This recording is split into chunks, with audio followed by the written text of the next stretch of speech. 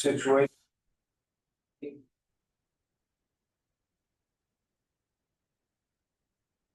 Here, I'm going to begin with calling, see if I can have Ryan on the line here, our lineman interim director, to be able to answer any questions remotely.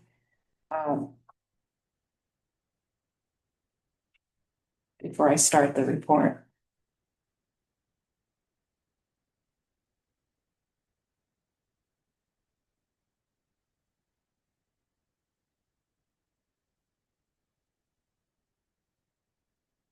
Ryan, I'm gonna put you on speaker, okay?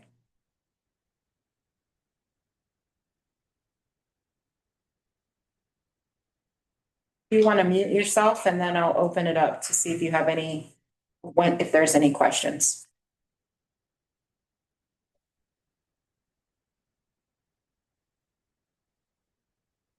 The recap I provided for the council, we've scheduled the emergency meeting. We did meet with PG&E this morning.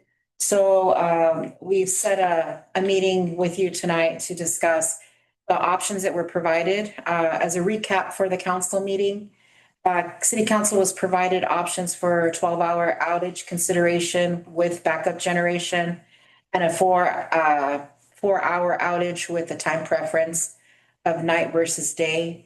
The Unified School District, Justin Kern recommended a 1 to 5 p.m., which the city anticipated was good.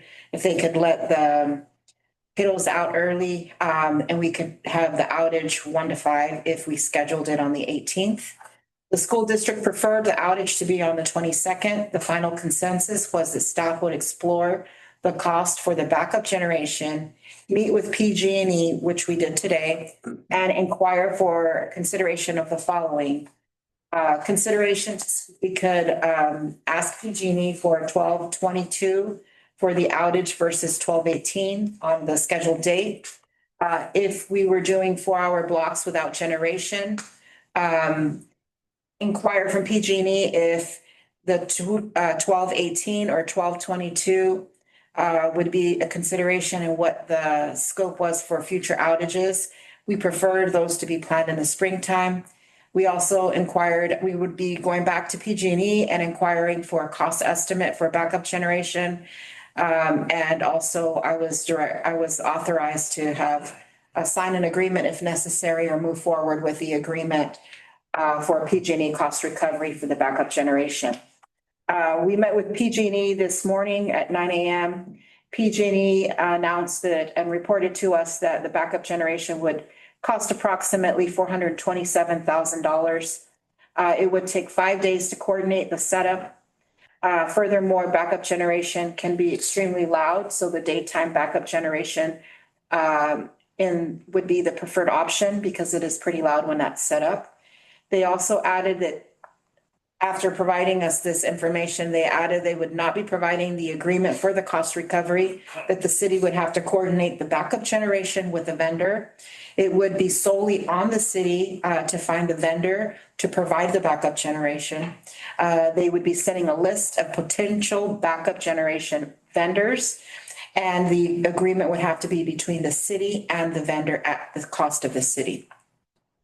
PG&E did consider, they will be looking into options for 12/18 or 12/22, 12 hours with backup generation, if they can re-coordinate that. And then for staffing to be available for a 12-hour if we were to secure the backup generation. The other option would be 12/18 with a 4-hour outage with no backup generation between the hours of 1 p.m. and 5 p.m. as Greeley Unified School District preferred. And then the other option was that they would look into the 12/22 for a 4-hour outage with no backup generation on the early morning or afternoon, since it's not going to be affecting the schools. So that's kind of an open slot we can come back and suggest to them. The 4-hour outage would require 2 additional blocks. PG&E is required to provide a 4-month advance notice The city will is requesting that this would land around spring break so that there would be no interruption to school if we're doing the outages again. The additional staff discussion that followed the meeting was the concern with the 4-hour outage is preferred, and we support the recommendations from the fire and the police to have the preference of a daytime outage to handle emergency calls. The additional aspects of this concern were for those persons that use any machines at night, the temperature drop affecting those individuals with health issues that are affected by colder temperatures. A planned outage in the daytime slot is preferred for both the 12 and the 4-hour period. The backup generation, the coordination for the backup generation, taking 5 days to coordinate the cost is a concern. The city is left with coordinating everything, covering the costs, and furthermore, there's could be a risk of unforeseen circumstance around the coordination. If the backup generation potentially doesn't pan out, the city could result moving forward, anticipating a generation that isn't guaranteed if something happens, and we'd be left with 12 hours of no backup generation. That's a risk that we could potentially see. The best option would be to schedule a 4-hour outage, reducing the time and the potential outage for a 4-hour block outage of 12:18, 1 to 5. The option for the 22, which is not during school, this is after school break. Although it would be a good option to have it on that date because we have the flexibility of the 4-hour block. It's so close to the holiday, we run the risk of the maintenance. If there is something that while they're out there, they require an additional part or staffing, who's to say how it goes for PG&E. It's so close to the Christmas holiday that you do run the risk of anything could happen. It's just a lot closer to the holiday than the 18th. For them to run and look for parts. I obviously don't want to speak for PG&E, but we're looking at minimizing the risks. The electric interim director was also advised and directed to continue to look for backup vendors and come back with costs as we move forward. However, time constraint is of the utmost importance right now because PG&E is on standby, waiting for our response and our direction. So these are the options that are before you. We should still consider backup generation, maybe for portions of the highway, if we can have it to have gas and essential household needs. And so that this is what is before you today. There is also, there was discussion between staff on future planning for a citywide backup plan. It's just as a matter of future planning, the city should prepare a backup generation plan, have an alternate connection and place this on a future agenda to present to city council and also add it to the budget in a future CIP project. It's just something that as a city we should plan for. So tonight we have, that's my report. We are willing to go back and let PG&E what our preferred options are. I think the best option would be the 4-hour block with, we can still try to look into the backup generation, but I think when you run into a 12-hour, anything can happen if the backup generation falls through, and then it is very, very loud.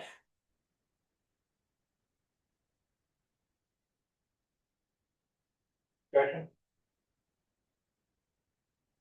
Well, I'd like to have my opinion. With the 4-hour outage is our best, it's the best option for $467,000 backup electricity is not an option. And, if it fits on the 18th.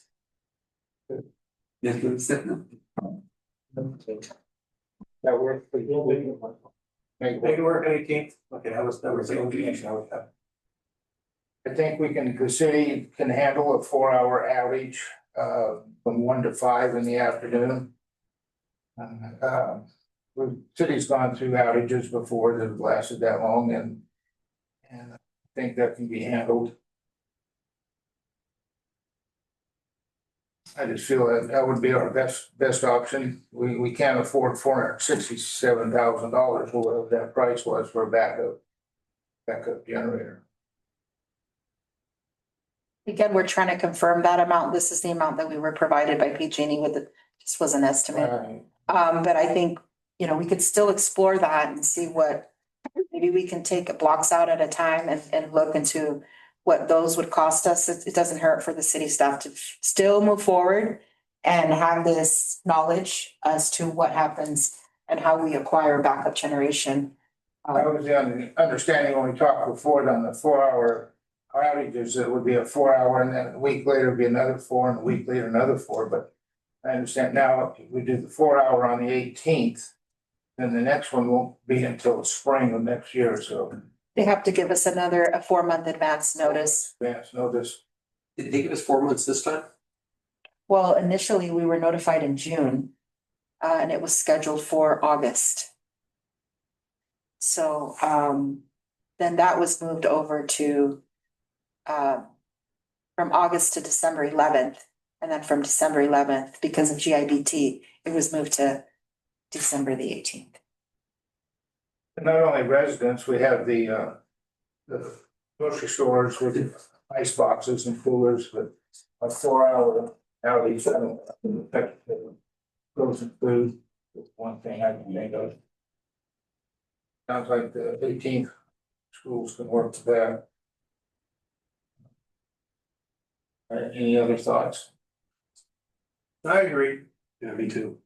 I just have a question about the backup generation. I know Ryan or our interim director is on the phone, but is there any update on that? I know you have only provided us what PG&E has offered, both their vendor and their pricing, but has our city staff looked at any other options or heard back on any options? Would it be less? Would it be more? That's my first question. And the second question might be more for our finance director. If the generation were an option, what amount would the city be able to contribute or pay? Are we looking at $100,000 or not even that? What would that look like? So, thank you. Ryan, can you hear us? Yeah. So I reached out to 2 of the vendors that were given to me by NCPA. They both responded back with other various questions about the specifics of the job, where they would set up. I supplied them with the information that they requested, and at this time they're still working on getting a quote. They have not, neither one has given me a firm price on what the cost will be. Did they say when they would have that quote to you or an estimate? And they didn't give a firm timeline. Obviously, I'll reach out to them again, tomorrow morning, just reaffirming that I need some sort of estimate. I did let them know that, the job is on the 18th, it's very soon. Now we really need some sort of cost estimate to move forward with planning this. So with that, I told them all that, but I still haven't received anything. But as far as for 4 hours, the cost is really somewhere around $400,000. I mean, it doesn't really seem like, we're going to recoup that money in that time frame. But I we'll see what the price comes out to be. But I totally get doing it from 1 p.m. to 5 p.m. It's safer for everybody. It's still light out. It is detrimental to commercial, businesses at that time, but it's probably safer. So I'm on board with that. That's what everybody wants to do. It's definitely better than 12 hours. 4 hours is not much compared to what it was. So, but yeah, as soon as I get any information, I'll reach out to them tomorrow morning to push the issue and see if I can get some sort of number estimate. Thank you.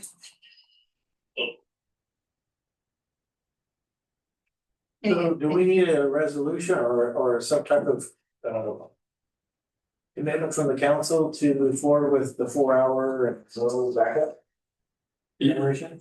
You can, I mean, you can also call it providing direction to staff. Okay, But certainly it wouldn't be inappropriate to make a motion to say the preference is 12-18, 4 hour, assuming no generation, and 1 to 5 is the preferred time block. Yeah. that's my motion. Awesome. Yeah. I hear him check out. I'll second. Roll call, please. Councilmember Calderon, You know, I got my doubts. I gotta blame somebody. Blame PG&E. Yes, Mayor Farr, Yes. Vice Mayor Johnson. Yes. Councilmember Roberts, yes. Councilmember Sanchez. Yes. We're gonna get in trouble with the business. We still, and I want to reiterate this, we still are looking into backup generation. It doesn't hurt for us to go out and look to see what alternatives we have. Maybe we do a smaller scope of generation, see what that cost is to keep the commercial side or move it around, switch it off. I'm not sure. That's just something that maybe we don't do the entire city. Maybe we get a smaller scope of generation and move it. We're still exploring it. It's not completely. I think what would be the smartest thing to do would be do a 10-year, have a 10-year plan. On, you know, the costs. And then, you know, have in 10 years, have at least, if not more than half, but at least half of the city. I think the main concern is the reserve. We don't have, we have CIP projects that we have to work on in the electrical capacity. And if you were to move forward with paying that for 12 hours, that is $400,000 is what we pay for 1 month of power. Approximately. That's. But I think it is a good opportunity for us to invest and look at investing on a Sure. backup generation plan for the city. Because that line could go down anytime and we'd be in the same situation. So we need to consider what alternatives are out there. And I agree, there should be a CIP project for this. I have one question for the chief. Our traffic lights will be blinking off and on, Flashing red. or flashing lights. And you'll have patrolmen on the intersection to help with traffic, or have you thought? They won't be sitting on the highway directing traffic, but there'll be officers out and You'll have about. a presence there, I'm sure. Mhm.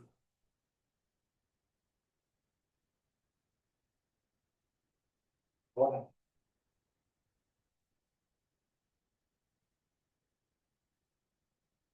Or, Well, I wanted to answer your question about the budget, as far as where the funding would come from. It would come from the electric fund.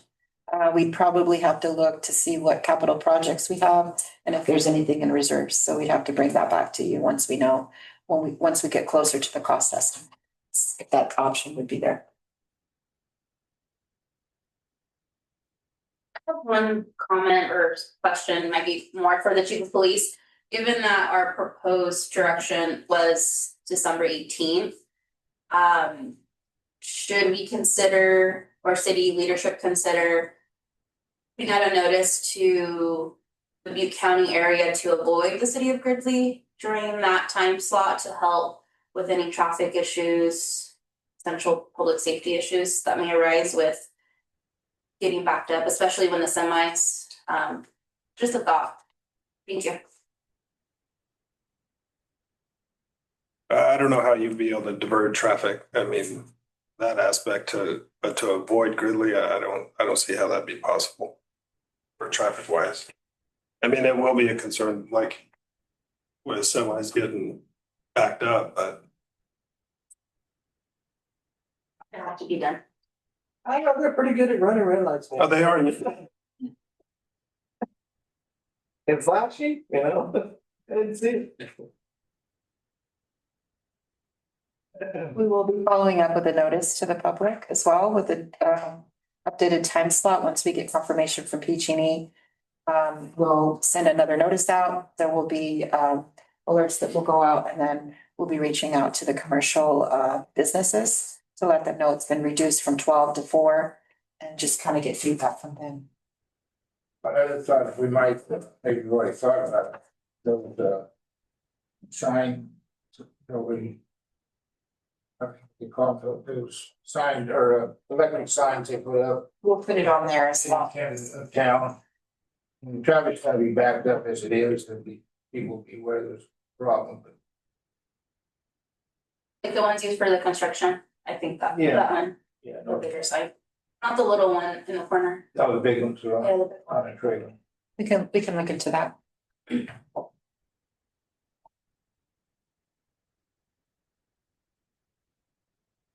By, no more discussion. Oops.